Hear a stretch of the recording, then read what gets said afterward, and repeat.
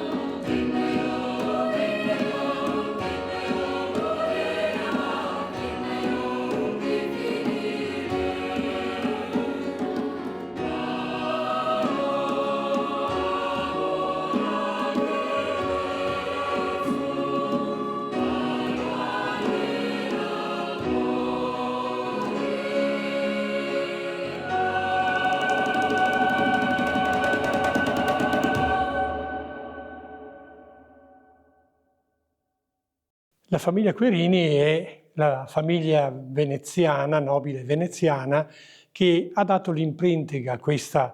realtà, che ha edificato la prima parte della villa, che ha attivato anche le campagne limitrofe, prendendo l'energia dal fiume e costruendo anche un suo benessere economico.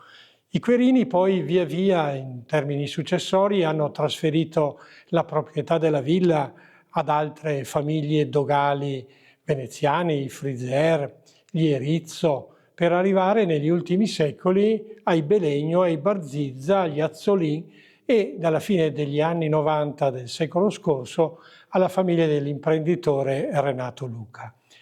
La villa ha complessivamente 99 stanze che sono state tutte affrescate, sono arredate e sono soprattutto vissute. Una villa che è stata dedicata dalla famiglia Luca non solo all'utilizzo dei propri appunto familiari, ma anche agli amici, alle muse, alle realtà culturali che qui sviluppano molte attività concertistiche, letterarie, di approfondimenti culturali, soprattutto di ricerca. Come si può vedere, la villa è interamente affrescata nei suoi saloni e a realizzare questi interventi pittorici è stato Giovanni Graziani nel Settecento, che ha colto nelle epiche storie della mitologia greca e della mitologia romana le sue significative rappresentazioni. In queste sale che hanno l'energia della cultura, dell'arte, della pittura, della scultura. Qui hanno lavorato molti allievi del Canova, hanno lavorato letterati, pittori, fino ai più recenti autori del Novecento.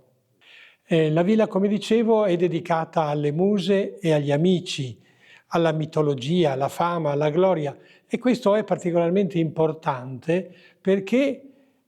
chi l'ha abitata nel corso della Prima Guerra Mondiale, soprattutto i giovani volontari della Croce Rossa americana, hanno riscoperto qua anche alcuni valori della cultura europea, della cultura italiana, e inneggiando e diventando qua loro giovani studenti volontari della Croce Rossa gli alimenti alla loro formazione culturale, tanto da farne in alcuni casi veramente dei letterati importanti. Ricordo fra tutti Ernest Hemingway, premio per la letteratura, premio Nobel, oltre che un grande interprete della cultura americana, anglo-americana.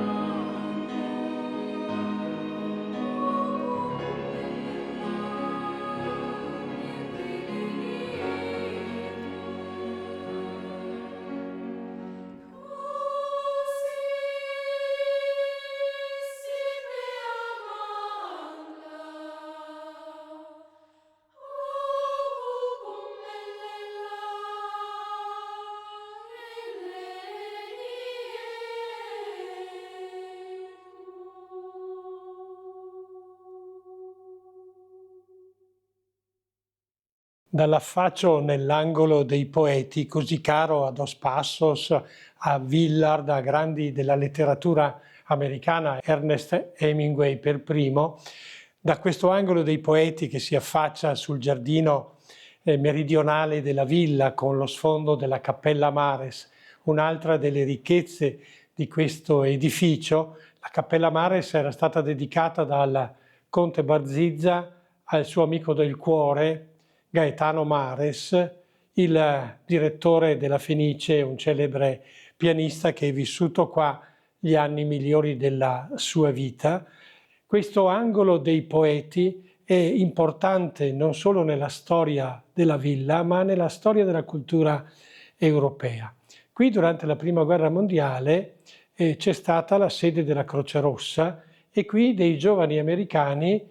provenienti prevalentemente dall'Università di Harvard, perché il comandante di questa stazione era un professore dell'università, hanno fatto una specie di Erasmus ante litteram. Qui avevano sede anche ed erano ospitati gli arditi, i soldati che avevano con il loro ardimento avuto un ruolo importante nella conclusione della Prima Guerra Mondiale. Qui hanno voluto perpetuare anche il ricordo di Hemingway, dei poeti di Harvard, realizzando uno dei musei più significativi proprio laddove gli arditi vivevano, laddove Hemingway ha ispirato i suoi primi racconti, allora giovane 18-19enne, venuto dall'America per incontrare la vita, per affacciarsi alla morte, per fare esperienze di grande maturazione.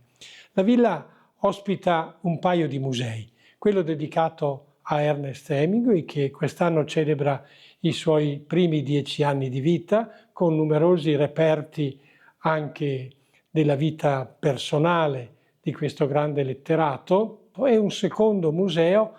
Wildlife Museum, che raccoglie i trofei di caccia del proprietario, dell'ultimo proprietario della villa, il dottor Renato Luca. Cairizzo è il luogo delle arti, il luogo della cultura, il luogo delle armonie, e ci piace che la musica e i giovani abbiano il culto di queste bellezze e possano godere di queste strutture.